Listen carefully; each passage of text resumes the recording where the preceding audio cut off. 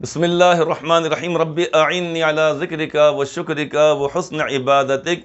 عن ابن عمر رضی اللہ عنہ قال اقام رسول اللہ صلی اللہ علیہ وسلم بالمدینہ 10 سنین یضحی۔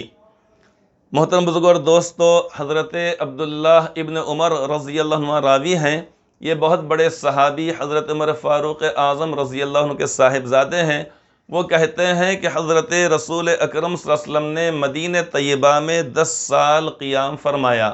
اقام رسول اللہ صلی اللہ علیہ وسلم بالمدینہ 10 سنین یضحی، کہ اللہ کے پیارے نبی صلی اللہ علیہ وسلم نے 10 سال قیام فرمایا، یعنی مکہ مکرمہ سے ہجرت فرمانے کے بعد۔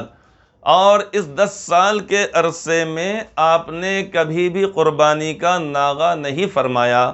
یعنی ہر سال آپ قربانی فرماتے رہے۔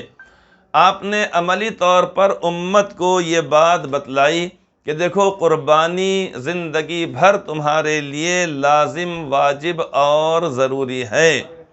اس کو مثال سے ہم یوں سمجھ سکتے ہیں جیسے کہ انسان کی جب تک جان میں جان باقی ہے، اس کے جسم کے اندر جان باقی ہے، اس وقت تک نمازیں فرض ہیں، روزے فرض ہیں، زکوٰۃ فرض ہیں۔ جب بھی سال آئے گا اور انسان مالک نصاب رہے گا تو زکوٰۃ فرض ہے۔ جب بھی فجر کا وقت آئے گا تو انسان پر ہر ایمان والے کے اوپر نماز فرض ہے۔ جب بھی رمضان شریف کا مہینہ آئے گا تو ہر ایمان والے مرد عورت عاقل و بالغ کے اوپر یعنی روزے فرض ہوتے ہیں۔ اور جب بھی کوئی شخص صاحب استطاعت بن جائے گا تو زندگی میں ایک مرتبہ اس کے اوپر حج فرض اور لازمی ہوتا ہے۔ تو اسی طریقے سے قربانی ہر سال زندگی میں واجب ہے، بشرطے کہ وہ شخص صاحب نصاب ہو۔ ایسا ہو سکتا ہے کہ ایک شخص ایک سال میں صاحب نصاب ہے اور خدا نخواستہ دوسرے سال اس کے ساتھ حالات ایسے پیش آئیں کہ وہ مالک نصاب نہیں ہے، تو اس صورت میں اس کے اوپر قربانی واجب نہیں ہوگی۔ پھر دوسرے سال اللہ رب العزت کا فضل و کرم ہو گیا، پھر اس صورت میں وہ 30,000 روپے کا، 32,000 روپے کا، یا جس زمانے میں، جس دور میں، جس ملک میں آدمی جہاں پر رہتا ہے وہاں پر 52.5 تولے چاندی یہ معیار ہے، ہر زمانے میں، ہر دور میں اور ہر ملک کے اندر۔ تو جس جگہ پر اگر 15,000 روپے کو 52.5 تولے چاندی آتی تو ایسے لوگوں کے اوپر 15,000 روپے میں قربانی واجب ہو جائے گی۔ کسی جگہ پر اگر 1,00,000 روپے میں اگر آتی ہے تو 1,00,000 روپے، کسی جگہ میں اگر 50,000 روپے میں اگر 52.5 تولے چاندی اگر آتی ہے تو ان لوگوں کے لیے 52.5 تولے چاندی کی قیمت یعنی 50,000 روپے ہونے کی صورت میں قربانی واجب ہو جاتی ہے۔ اسی کے ساتھ ساتھ اس بات کو بھی ہم ذہن میں رکھیں کہ قربانی ایک مستقل یہ عمل ہے۔ اللہ رب العزت کا فرمان ہے، قُلْ إِنَّ صَلَاتِي وَنُسُكِي وَمَحْيَايَ وَمَمَاتِي لِلَّهِ رَبِّ الْعَالَمِينَ، آپ یہ فرما دیجئے کہ بے شک میری نماز اور میری قربانی اور میرا جینا اور میرا مرنا اس اللہ کے لیے ہے جو تمام جہانوں کا پالنے والا ہے۔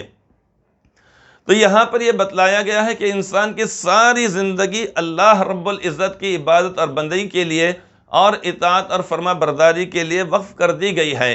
اور اسی کے ساتھ ساتھ جیسا کہ آپ نے عملی طور پر آپ نے بتلایا، حدیث پاک میں آتا ہے کبھی آپ نے 2 مینڈھوں کی قربانی فرمائی اور کبھی آپ نے 4-5 اونٹوں کی قربانی فرمائی،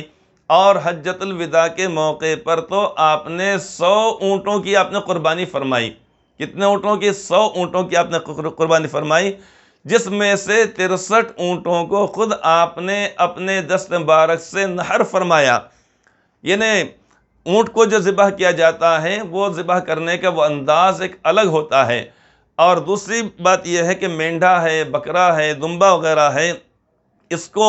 بہت آسانی کے ساتھ اس کو ذبح کیا جاتا ہے، لیکن اونٹ کے لیے طاقت اور قوت بھی انسان کے جسم کے اندر چاہیے۔ تو بہرحال آپ نے 63 اونٹوں کی آپ نے قربانی دست مبارک سے فرمائی، باقی 37 اونٹوں کو حضرت علی کرم اللہ تعالی وجہہ نے ان کا نحر فرمایا۔ تو حکم یہ دیا گیا ہے کہ ہر سال جب بھی کوئی شخص صاحب نصاب ہوگا اس کے اوپر قربانی واجب ہوگی۔ بعض مرتبہ ایسا ہوتا ہے کہ شوہر کے اوپر قربانی واجب نہیں، بیوی کے اوپر قربانی واجب۔ کیوں؟ مثلا بیوی کے پاس اتنا روپیہ پیسہ ہے، زیور ہے جو اپنے میکے میں سے ملا ہے، یا اسی طریقے سے اتنا روپیہ پیسہ ہے، یا کوئی معلمہ ہے اب ان کو تنخواہ ملتی ہے لہٰذا قربانی ان کے اوپر واجب ہے، شوہر کے پاس کوئی چیز نہیں ہے شوہر کے اوپر قربانی نہیں، بعض مرتبہ یہ ہوگا کہ بیٹے کے پاس اتنا روپیہ پیسہ ہے جو 30,000 روپے زائد ہے، بیٹے کے اوپر قربانی واجب ہوگی، اور والد کے پاس یا دادا کے پاس نہیں ہے، والد اور دادا کے اوپر قربانی واجب نہیں ہوگی۔ تو جس شخص کی ملکیت میں اتنی رقم ہو، جیسا کہ حدیث پاک میں فرمایا گیا من وجد ساعة فلیضحی، کہ جو شخص استطاعت رکھے اس کو چاہیے کہ ضرور قربانی کرے۔ تو حضور اکرم صلی اللہ علیہ وسلم نے احادیث پاک کے اندر اس کی ترغیب بھی دی ہے اپنے، اور ساتھ ہی ساتھ یہ ہے کہ نہ کرنے پر آپ نے ناراضگی کا اظہار فرمایا، اور عملی طور پہ آپ نے قربانی کر کے آپ نے بات بتلائی۔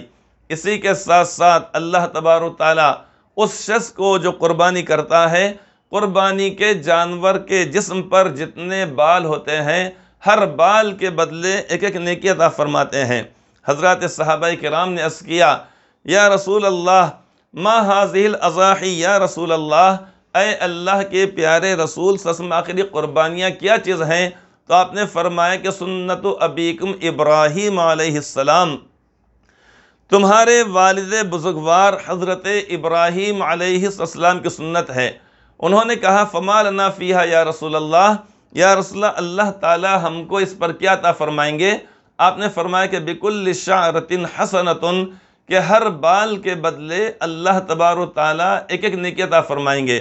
حضرات صحابہ کرام نے عرض کیا یا رسول اللہ بعض جانور وہ ہوتے ہیں کہ جن کے جسم پر باریک باریک رواں ہوتا ہے، مثلا دمبا ہے، یہ اسی طریقے سے مینڈھا ہے،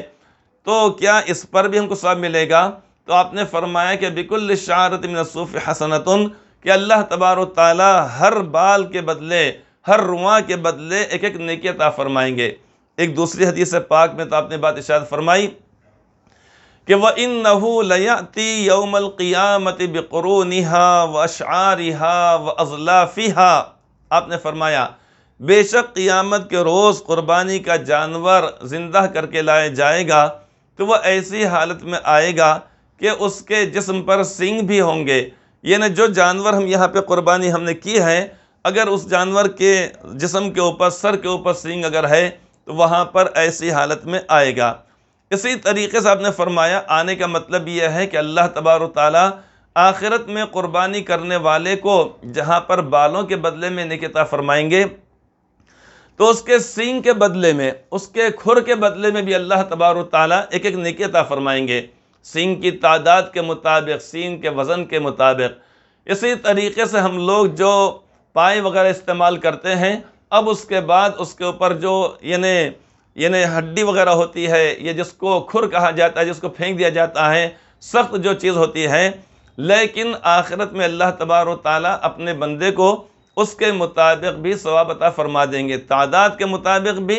اور وزن کے مطابق بھی۔ ایک اور بڑی پیاری بات حدیث پاک میں فرمائی گئی ہے وَإِنَّ الدَّمَ لَيَقَعُ مِنَ اللَّهِ مَكَانٍ قَبْلَ أَن يَقَعَ بِالْأَرْضِ، کہ اللہ تبارک و تعالیٰ کے نزدیک قربانی کے جانور کا خون زمین پر گرنے سے پہلے پہلے وہ جانور قبول ہو جاتا ہے، یعنی اللہ تبارک و تعالیٰ اپنے اس بندے کے اس عمل کو جس نے اخلاص کے ساتھ کیا، اس لیے کہ اللہ تعالیٰ نے جگہ فرمایا لَن يَنَالَ اللَّهَ لُحُومُهَا وَلَا دِمَاؤُهَا وَلَكِنْ يَنَالُهُ التَّقْوَى مِنْكُمْ، کہ اللہ تبارک و تعالیٰ کے پاس قربانی کے ان جانوروں کے نہ تو ان جانوروں کا گوشت پہنچتا ہے اور نہ خون پہنچتا ہے، وَلَكِنْ يَنَالُهُ التَّقْوَى مِنْكُمْ، لیکن اللہ تبارک و تعالیٰ کے پاس اے لوگو تمہارا تقوی پہنچتا ہے۔ اللہ تبارک و تعالیٰ دیکھنا چاہتے ہیں کہ میرے کس بندے نے کس جذبے کے ساتھ یہ عمل کیا، تو اس لیے ہرگز ہماری نیت یہ نہیں ہونی چاہیے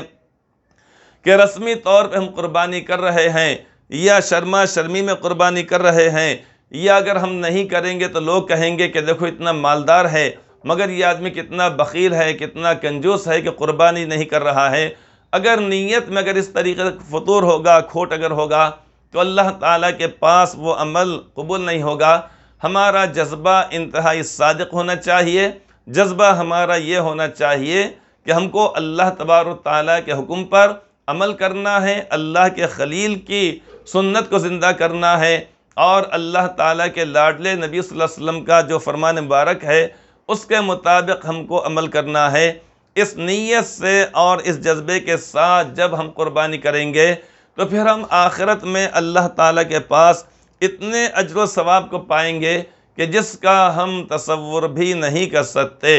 بہرحال قربانی کا آج یعنی وہ دن ہے 10 11 12 یہ 3 ایام جو بتلائے گئے ہیں، آج قربانی کا یہ آخری دن ہے۔ اس بات کو ہم سمجھ لیں کہ منگل کے دن یعنی آج اگر کوئی شخص مغرب کی نماز سے پہلے یا اذان سے پہلے صاحب نصاب ہو جائے تو قربانی واجب ہوتی ہے۔ رہ گئی یہ بات کہ اتنے تنگ وقت میں اور اتنے کم وقت میں جانور نہ لایا جا سکتا ہے اور نہ ذبح کیا جا سکتا ہے، تو حکم ایس صورت میں یہ ہے کہ جو شخص عین اس موقع پر جب مغرب سے پہلے یعنی صاحب نصاب بنتا ہے اور اتنا وقت نہیں ہے تو اتنی قیمت، مثلا ایک بکرا، دمبا یا مینڈھا، اس کی قیمت یا جانور کا 1/7واں حصہ اتنا صدقہ کرنا پڑتا ہے۔ اللہ تبارک و تعالی ہم سب کی ان جملہ عبادات کو، ہماری قربانیوں کو اللہ تبارک و تعالی قبول فرمائے۔ ہم کو زندگی میں بار بار ہر سال خوش دلی کے ساتھ قربانی کرنے کی توفیق عطا فرمائے، اور اللہ تعالیٰ کی رضا اور خوشنودی کی خاطر اس عمل کو انجام دینے کی توفیق عطا فرمائے۔ آمین ثم آمین۔